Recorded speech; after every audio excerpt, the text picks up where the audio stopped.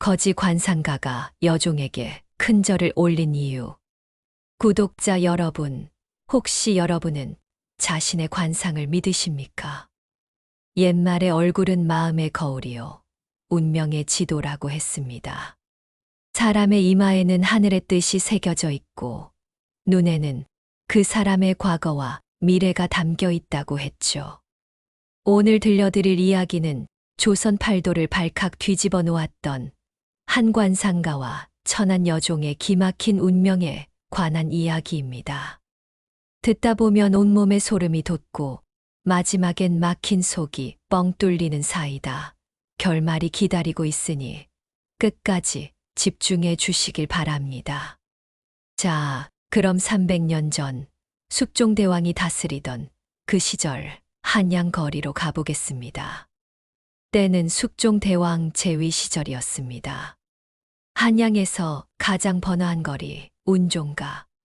비단 장수, 엿 장수, 생선 장수들이 목청을 높이고 양반네 가마가 오가는 그 거리에 기이한 노인 하나가 나타났습니다. 헌 누더기를 걸치고 집시는 다 터져나간 꼴이었습니다. 머리카락은 산발이요, 수염은 덥수룩했죠. 영락없는 거지였으나 그 눈빛만은 마치 호랑이처럼 형형하게 빛나고 있었습니다. 사람들은 그를 백노인이라 불렀습니다. 어느 날 백노인이 지나가는 젊은 행인을 덥석 붙잡았습니다. 어이, 젊은이. 자네 오늘 밤엔 절대 술 마시지 마시게. 젊은이가 짜증스럽게 팔을 빼며 말했습니다. 뭐야, 이 영감탱이는. 손 치워. 백노인이 진지하게 말했습니다. 오늘 밤 술을 마시면 자네 객사할 상이야. 물가에 가면 안 돼. 젊은이가 비웃으며 말했습니다. 하, 이 늙은이가 재수 없게 미친 소리 하고 자빠졌네. 저리 비켜. 젊은이는 백노인을 밀치고는 씩씩거리며 사라졌습니다. 주변 사람들이 수군거렸습니다. 저 영감, 또 시작이네. 정신이 나갔어. 불쌍하긴 하지만 재수 없어. 근데 저번에도 저런 소리 했는데 진짜 그 사람 다치지 않았었나? 사람들은 미친 늙은이라며 손가락질했습니다. 하지만 그날 밤 그 젊은이는 친구들과 술판을 벌이다가 만취 상태로 집에 돌아가던 중 개울가에서 발을 헛디뎠습니다. 얕은 물이었지만 술에 취해 일어나지 못한 젊은이는 그대로 물에 코를 박고 변을 당하고 말았습니다. 익사였습니다. 백노인의 경고가 적중한 것입니다. 소문은 삽시간에 한양 전체로 퍼졌습니다. 들었어. 운종가 거지 영감 말이야. 뭐, 죽었어? 아니, 그 영감이 오늘 술 마시면 죽는다 했던 사람이 진짜 죽었대. 헐, 진짜야? 그게 한두 번이 아니래. 저번엔 어떤 양반한테 집에 불나겠다 했는데 진짜 불났고. 세상에, 그 영감 대체 뭐야? 귀신이야. 백노인의 입은 염라대왕의 장부와 같다. 저 영감이 죽는다 하면 죽고 산다 하면 산다. 이런 소문이 퍼지자 사람들이 몰려들기 시작했습니다. 이제 백노인 앞에는 긴 줄이 늘어섰습니다. 양반 상놈할 것 없이 너도 나도 자신의 관상을 보려고 몰려든 것이죠. 부유한 양반 하나가 돈주머니를 흔들며 다가왔습니다. 영감, 내 관상 좀 봐주시오. 돈은 넉넉히 쳐주리다. 백노인이 힐끗 쳐다보더니 말했습니다. 내 상을 보니 코가 새부리처럼 뾰족하고 입술이 얇아 말년에 쫄딱 망하겠구만. 가서 덕이나 쌓으시게. 양반이 발끈하며 말했습니다. 뭐야? 백노인이 덧붙였습니다. 거기다 귀 뒤가 검부른 게 자네 첩년한테 재산 다 뜯기겠네. 쯧쯧. 군중들이 웃음을 터뜨렸습니다. 돈 많은 양반들에겐 독서를 퍼붓던 백노인이었습니다. 그때 가난한 농부 하나가 조심스럽게 다가왔습니다. 영감님, 저는 드릴 게 이 떡 한 조각밖에 없습니다만 제 아들놈이 과거를 본다고 하는데. 백노인이 눈을 가늘게 뜨며 말했습니다. 허허, 자네 이마에 음덕문이 있고 눈 아래 복당에 윤기가 도네. 자식 복이 있는 상이야. 아들이 3년 안에 급제하겠네. 농부가 눈물을 글썽이며 말했습니다. 정말입니까? 고맙습니다. 고맙습니다. 가난한 백성들에겐 덕담을 해주니 그 괴짜 같은 성격이 더욱 화제가 되었습니다. 자, 여기서 잠깐. 관상학에서 말하는 좋은 상이란 무엇일까요? 옛 관상서에 따르면 이마가 넓고 둥그스름하면 천창이 열린 것이라 하여 귀한 신분이 될 상이라 했고, 눈이 맑고 깊으면 신광이 있다 하여 임금의 총애를 받을 상이라 했습니다. 특히 봉황의 눈이라 하여 눈꼬리가 살짝 올라가고 눈동자가 검고 또렷하며 흰자에 핏발이 없는 눈을 왕비의 상이라고 불렀습니다. 과연 백노인은 어떤 눈을 보게 될까요? 이 이야기의 핵심 복선을 기억해 두시기 바랍니다. 그러던 어느 날이었습니다. 한양에서 가장 큰 기와집 99칸짜리 대저택에서 성대한 잔치가 벌어졌습니다. 바로 한양 제일 가는 부자 이 대감의 환갑잔치였죠. 이 대감으로 말할 것 같으면 정이품 판서를 지낸 고관대작이었습니다. 하지만 그 재산의 대부분은 고리대금으로 모은 것이었습니다. 가뭄이 들면 쌀값을 올려 백성들 고혈을 짜내고, 홍수가 나면 땅을 헐값에 사들이고, 빈목 갚는 농민들 논밭을 빼앗아 자기 것으로 만들었죠. 그렇게 모은 재산이 쌀만석이요, 종만 500명이었습니다. 거기다 10,000,000,10명을 거느린 천하의 탐욕스러운 인간 말종이었습니다. 잔치가 한창인 마당에서 이 대감이 거드름을 피우며 말했습니다. 여봐라. 청지기가 대답했습니다. 예, 대감마님. 이 대감이 명령했습니다. 오늘 내 잔치에 오는 손님들은 급을 나누어라. 정삼품 이상은 안채 사랑방으로, 그 이하 벼슬아치들은 중문 안마당으로, 산 것들은 대문 밖 멍석에 앉히고 거렁뱅이들은 다 쫓아내라. 잔치상은 휘어지도록 차려졌습니다. 산의 진미가 가득했죠.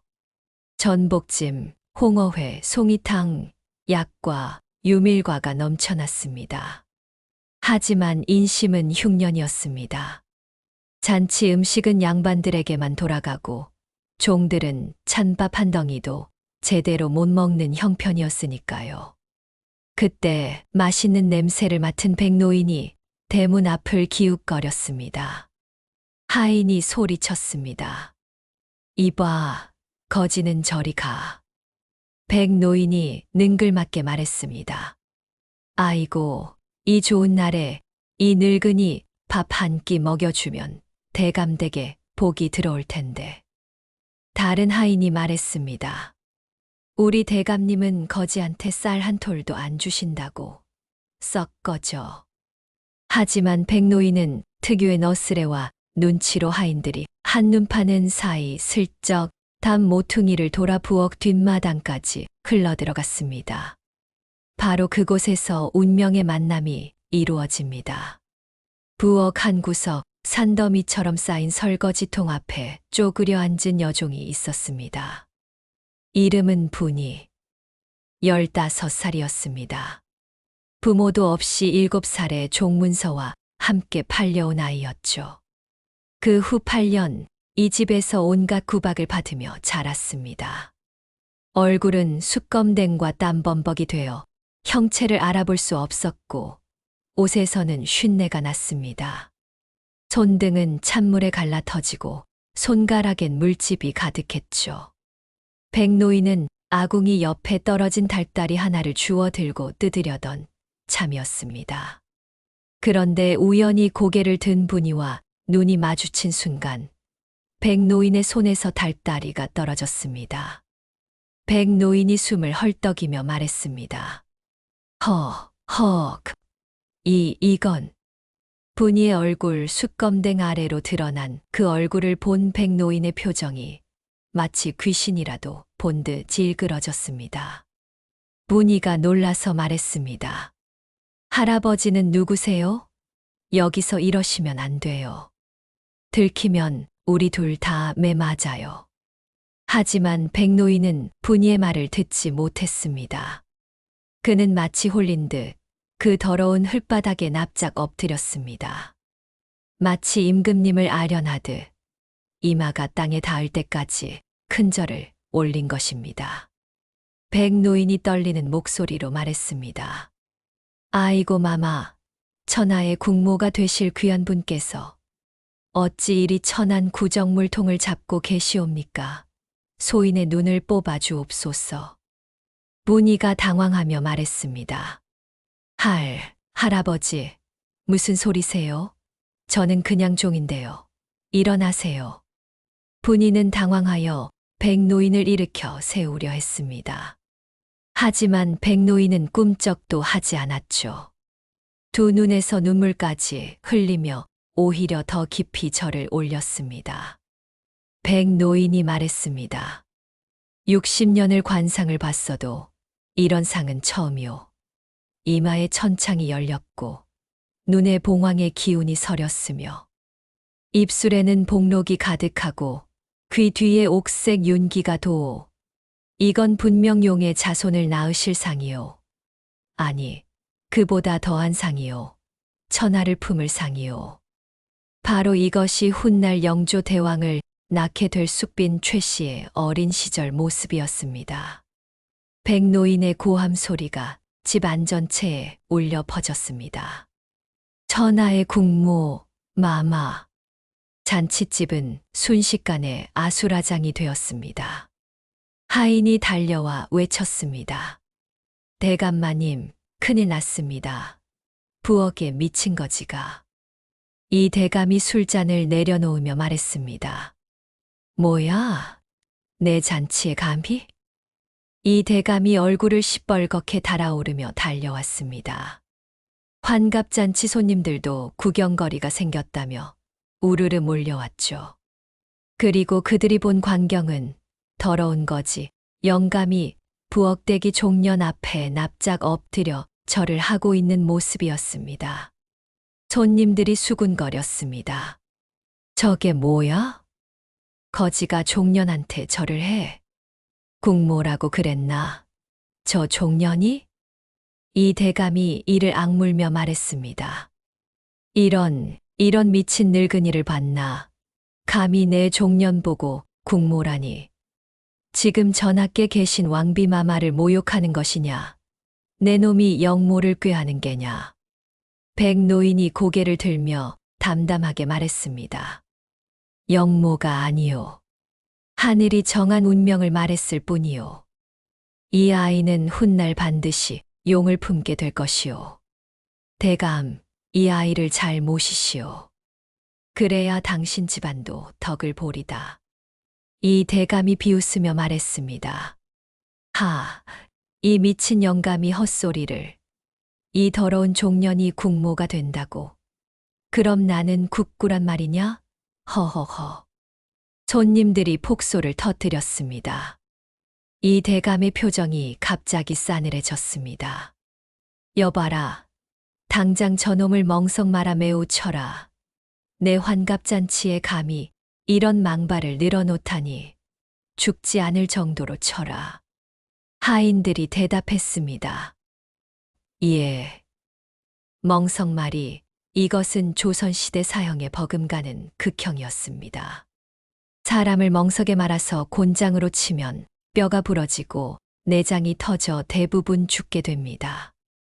백노인은 멍석에 말리어 곤장을 맞기 시작했습니다. 으으어? 그악. 피가 터지고 뼈가 부서지는 소리가 들렸습니다. 분이는 그 광경을 보며 눈물을 흘렸습니다. 자기 때문에 맞는 것 같아서요. 분이가 울며 외쳤습니다. 제발 그만 때리세요. 저 할아버지는 그냥 미친 사람이에요. 제발요. 이 대감이 말했습니다. 닥쳐. 너도 가만 안 둘 테다. 30대, 50대, 백노인은 피투성이가 되었습니다. 하지만 그는 신음하면서도 그 눈빛만은 흐려지지 않았습니다. 오직 분이만을 바라보며 마지막 힘을 쥐어짜 외쳤습니다. 백노인이 신음하며 분이에게만 들리게 말했습니다. 아가씨, 명심하시오.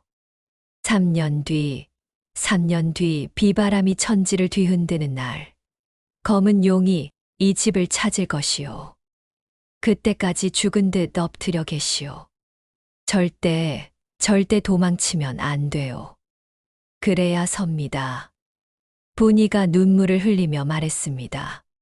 할아버지, 백노인이 말했습니다. 3년만 참으시오. 반드시 용이 오.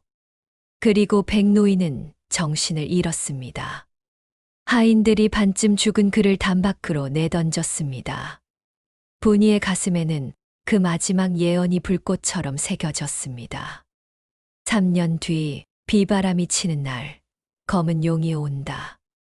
이것이 바로 이 이야기의 핵심 복선입니다. 과연 그 예언은 이루어질까요? 검은 용은 누구일까요? 궁금하시죠? 조금만 더 기다려 주세요. 백노인은 쫓겨났지만 그 후폭풍은 분이에게 닥쳤습니다.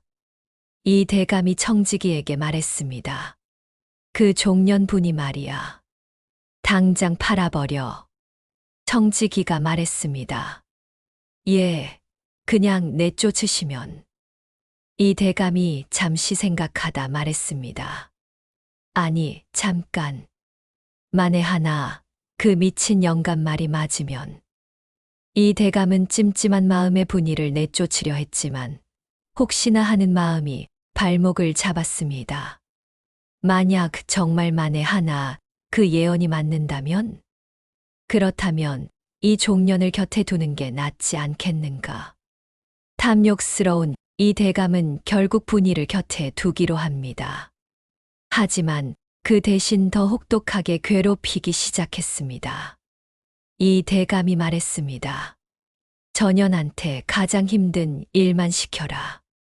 국모가 되실 분이라며 허허 어디 한번 버텨보라지. 첫 번째 실현, 겨울 찬물 빨래였습니다. 영하 20도의 한겨울, 개울물은 반쯤 얼어붙어 있었습니다. 분이는 맨손으로 얼음장을 깨고 빨래를 했습니다. 분이가 이를 악물며 손을 호호 불었습니다. 하나, 둘, 셋. 손가락이 퉁퉁 부었습니다. 손등이 갈라져 피가 났습니다. 하지만 울지 않았습니다. 분이가 속으로 다짐했습니다. 3년만 참자. 용이 온다고 했어. 다른 종이 말했습니다. 분이야, 너 손 피나. 좀 쉬었다 해. 분이가 웃으며 말했습니다. 괜찮아. 할 일이 많아서.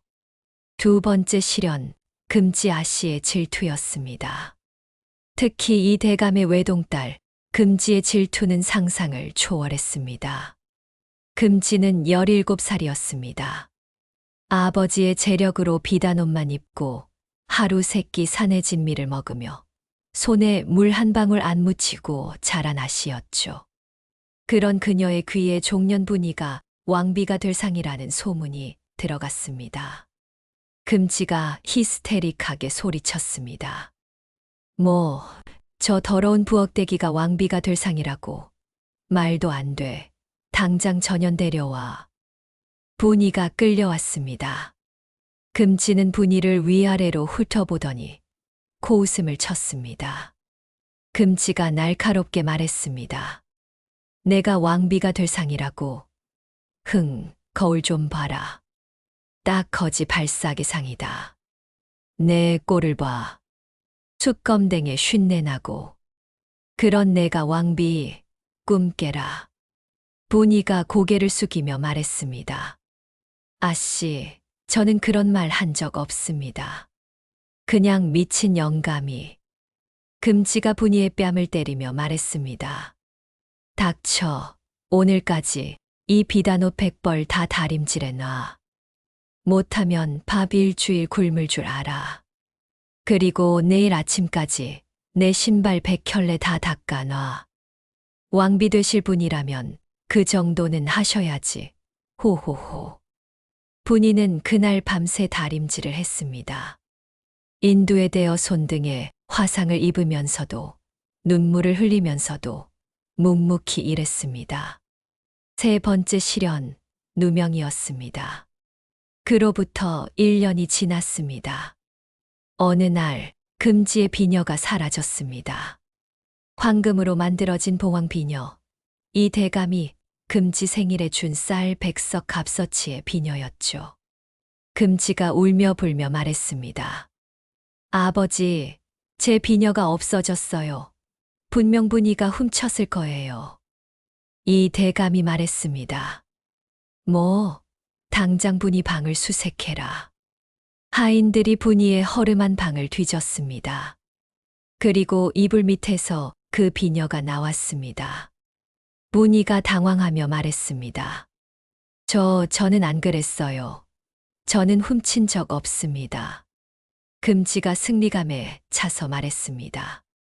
거봐, 증거가 나왔잖아. 이 도둑년, 아버지, 관가에 넘기세요. 하지만 분이는 알고 있었습니다. 금지가 몰래 비녀를 숨겨놓은 것을, 일부러 누명을 씌운 것을. 하지만 종의 말을 누가 믿어주겠습니까? 이 대감이 말했습니다. 관가에 넘기면 우리 집안 창피해. 대신 곤장 50대를 쳐라. 분이는 누명을 쓰고 곤장을 맞았습니다. 등이 찢어지고 피가 흘렀습니다. 하지만 분이는 백노인의 말을 되새겼습니다. 분이가 속으로 다짐했습니다. 2년만 더 참자. 용이 온다고 했어. 네 번째 실현, 굶주림이었습니다. 그 후로 금지의 괴롭힘은 더욱 심해졌습니다. 틈만 나면 분이의 밥을 빼앗았습니다. 금지가 말했습니다. 왕비가 되실 분이 밥을 먹어. 금식 수행 중이시라고 해야지. 분이는 일주일에 서너 끼밖에 못 먹었습니다. 남들 먹다 남긴 찬밥 덩어리나 얻어먹는 것이 전부였죠. 몸은 마르고 눈은 움푹 꺼지고 하지만 그 눈빛만은 죽지 않았습니다. 분이가 별을 보며 속삭였습니다. 할아버지 정말 용이 오나요? 제가 버틸 수 있을까요? 1년만 더 참으면 되는 거죠. 그렇게 계절이 바뀌고 해가 바뀌어 마침내 약속한 3년이 지났습니다. 분이는 매일 하늘을 올려다보았습니다. 비구름이 몰려오길 기다렸습니다. 하지만 봄이 지나고 여름이 왔는데도 아무 일도 일어나지 않았습니다. 분이가 절망하며 말했습니다. 거짓말이었나? 역시 미친 영감의 헛소리였던 건가? 분이의 희망이 절망으로 바뀌어 가던 어느 여름날 밤이었습니다. 그날 밤, 갑자기 하늘에 먹구름이 몰려왔습니다. 번개가 하늘을 갈랐습니다. 그리고 하늘에 구멍이 뚫린 듯 억수같이 비가 쏟아지기 시작했습니다. 비바람이 천지를 뒤흔드는 날이었습니다. 백노인의 예언과 똑같았습니다. 분이는 심장이 쿵쿵 뛰기 시작했습니다. 분이가 속으로 생각했습니다. 설마 정말. 그때 이 대감 집 대문을 세차게 두드리는 소리가 들렸습니다. 하인이 소리쳤습니다. 누구시오? 이 밤중에 문을 열어보니 웬갓쓴 선비 하나가 비를 쫄딱 맞고 서 있었습니다. 검은 도포를 입었는데 비에 젖어 온몸에 들러붙어 있었죠. 뒤에는 수행원으로 보이는 사내 한 명뿐이었습니다. 행색은 초라해 보였으나 그 기운은 범상치 않았습니다. 바로 자맹을 나왔다가 길을 잃은 임금 숙종 대왕이었습니다. 하지만 눈치 없는 하인은 그를 그저 가난한 선비로만 알았습니다. 하인이 말했습니다. 뭐야, 선비 양반, 이 밤중에 무슨 일이시오? 숙종이 침착하게 말했습니다. 과거 보러 한양 가는 길에 비를 만났소. 하룻밤만 머물 곳을 빌려주시오. 하인이 말했습니다. 대감마님께 여쭤봐야겠소. 이 대감은 술에 취해 반쯤 졸고 있었습니다.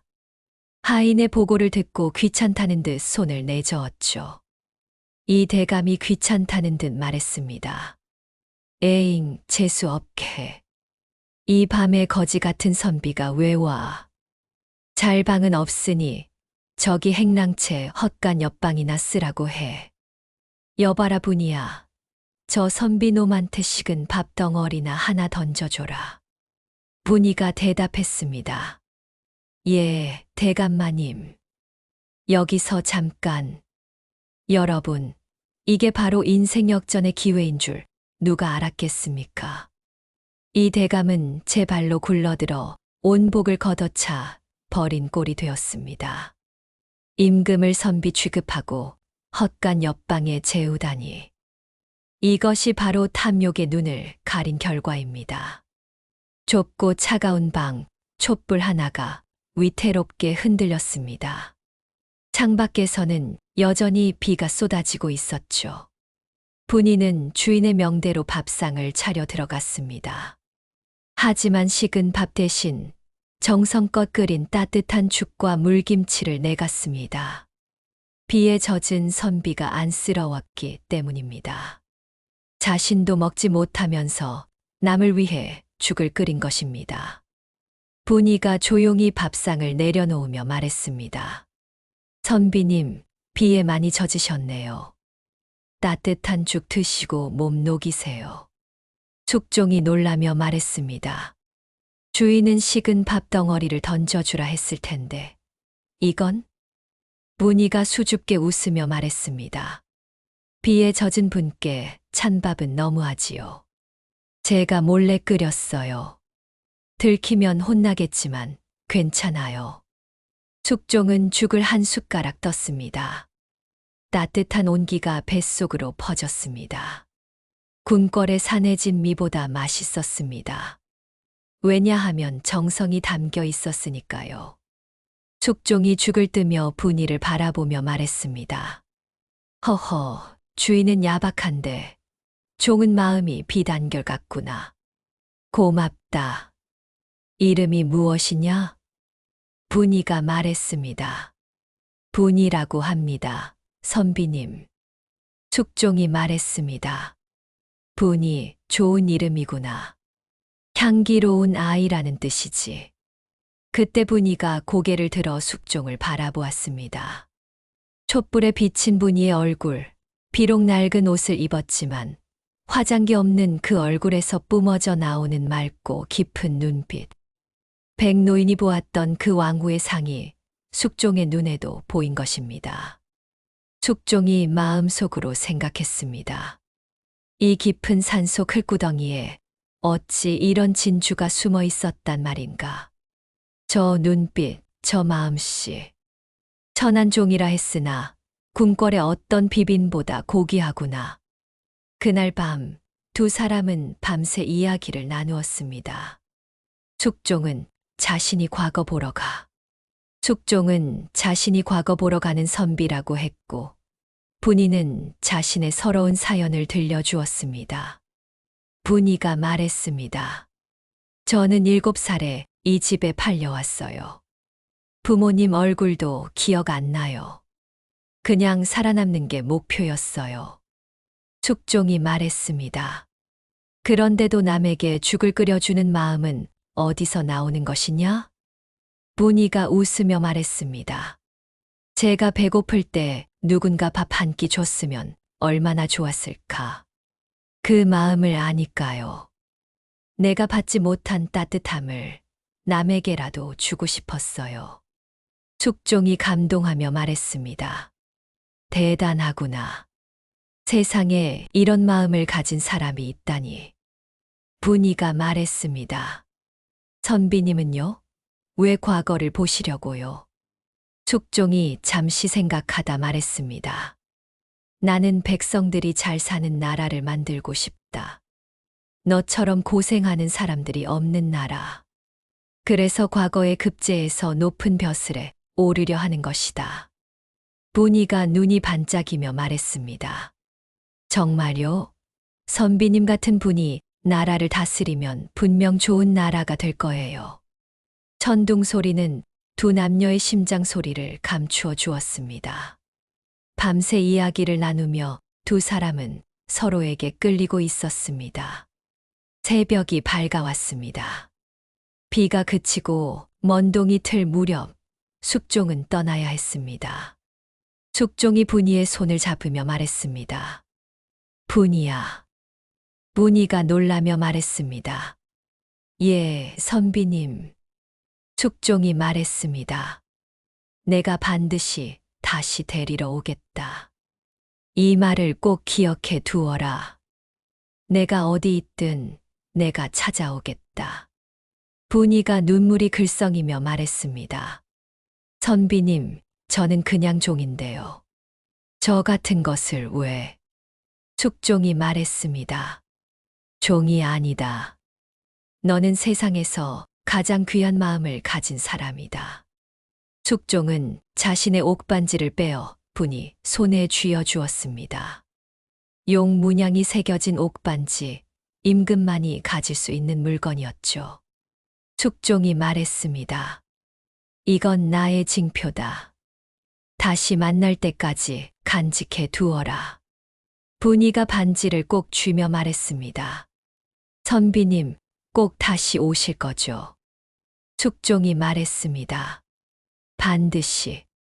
그리고 숙종은 새벽같이 떠났습니다. 분이는 그 뒷모습이 보이지 않을 때까지 바라보았습니다. 손에 쥔 옥반지가 따뜻했습니다. 그것은 희망이었습니다. 며칠 뒤 이 대감대가 앞이 발칵 뒤집혔습니다. 궁궐에서 어마어마한 행렬이 들이닥친 것입니다. 화려한 가마, 수백 명의 군사들, 금빛 찬란한 깃발. 이것은 임금의 행차였습니다. 구경꾼들이 웅성거렸습니다. 저게 뭐야? 어명이다, 어명. 이 대감댁에 무슨 일이야? 이 대감은 드디어 내 딸 금지가 왕비가 되는구나 싶어 버선발로 뛰어나갔습니다. 이 대감이 기쁨에 넘쳐 말했습니다. 아이고 사위님, 아니 전하, 어서 오시옵소서. 내 딸 금지가 꽃단장하고 기다리고 있습니다. 역시 우리 집안에 왕비가 나올 줄 알았습니다. 금지도 최고급 비단옷을 차려입고 봉황 비녀를 꽂고 나왔습니다. 금지가 자만에 차서 말했습니다. 호호호, 드디어 내가 왕비가 되는구나. 분이년 어딨어? 내 가마 앞에서 무릎 꿇어. 하지만 상선내관은 이 대감을 거들떠보지도 않고 지나쳤습니다. 금지도 스쳐 지나갔습니다. 그리고는 곧장 쓰러져가는 부엌 쪽으로 향했습니다. 이 대감이 당황하며 말했습니다. 어디 가시오? 금지가 말했습니다. 저기 부엌에 뭐가 있다고. 그곳에서 쭈그리고 앉아 불을 떼던 분이 앞에 내관과 상궁들이 일제히 무릎을 꿇었습니다. 상선 내관이 큰 소리로 말했습니다. 숙빈 최씨 마마, 교지를 받드시오. 전하께서 친히 가마를 대령하셨나이다. 이 대감이 눈이 튀어나올 듯 말했습니다. 뭐야? 금지가 비명을 지르며 말했습니다. 저 전현이 왜 마마야? 말도 안 돼. 그때 화려한 골룡포를 입은 숙종이 직접 나타났습니다.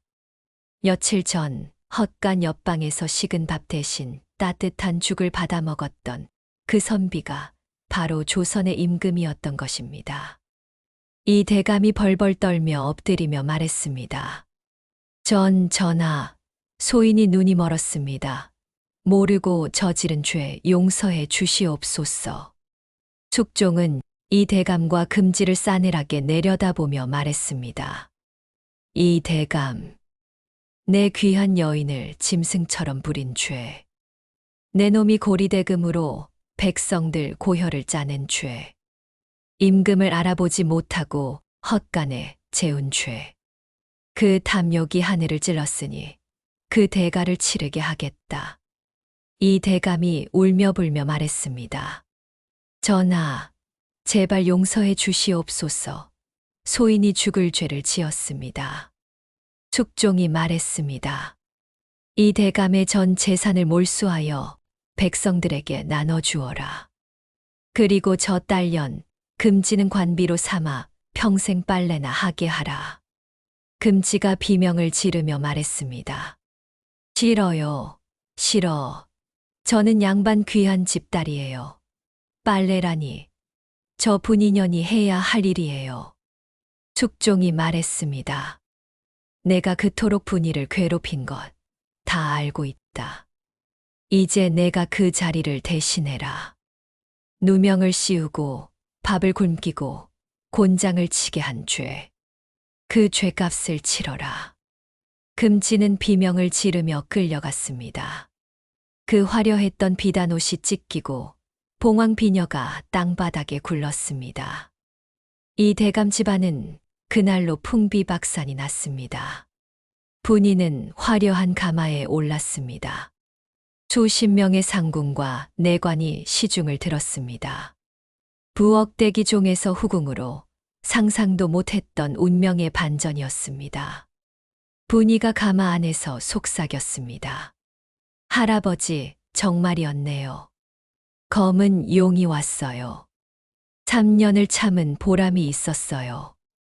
고마워요, 할아버지. 분이는 궁으로 들어가 숙빈 최씨라는 이름을 받았습니다. 그리고 훗날 조선의 명군, 영조 대왕을 낳게 됩니다.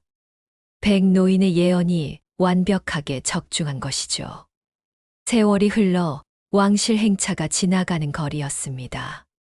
화려한 가마 속에는 이제는 왕자의 어머니가 된 숙빈 최씨가 앉아 있었습니다. 그 행렬을 바라보는 백발이 성성한 노인 하나, 바로 백노인이었습니다. 백노인이 껄껄 웃으며 말했습니다. 허허허, 거 봐라. 관상은 거짓말 안 해. 그때 가마 안의 숙빈이 백노인을 발견했습니다. 두 사람의 눈이 마주쳤습니다. 숙빈의 눈에 눈물이 고였습니다.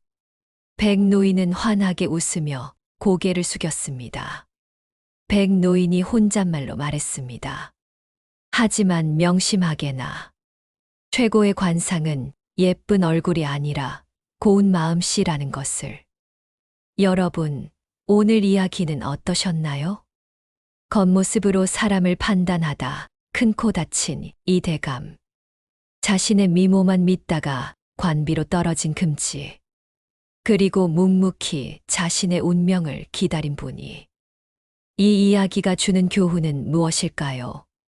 바로 이것입니다. 진짜 관상은 얼굴이 아니라 마음에 있다. 분이는 예뻐서 후궁이 된 것이 아닙니다.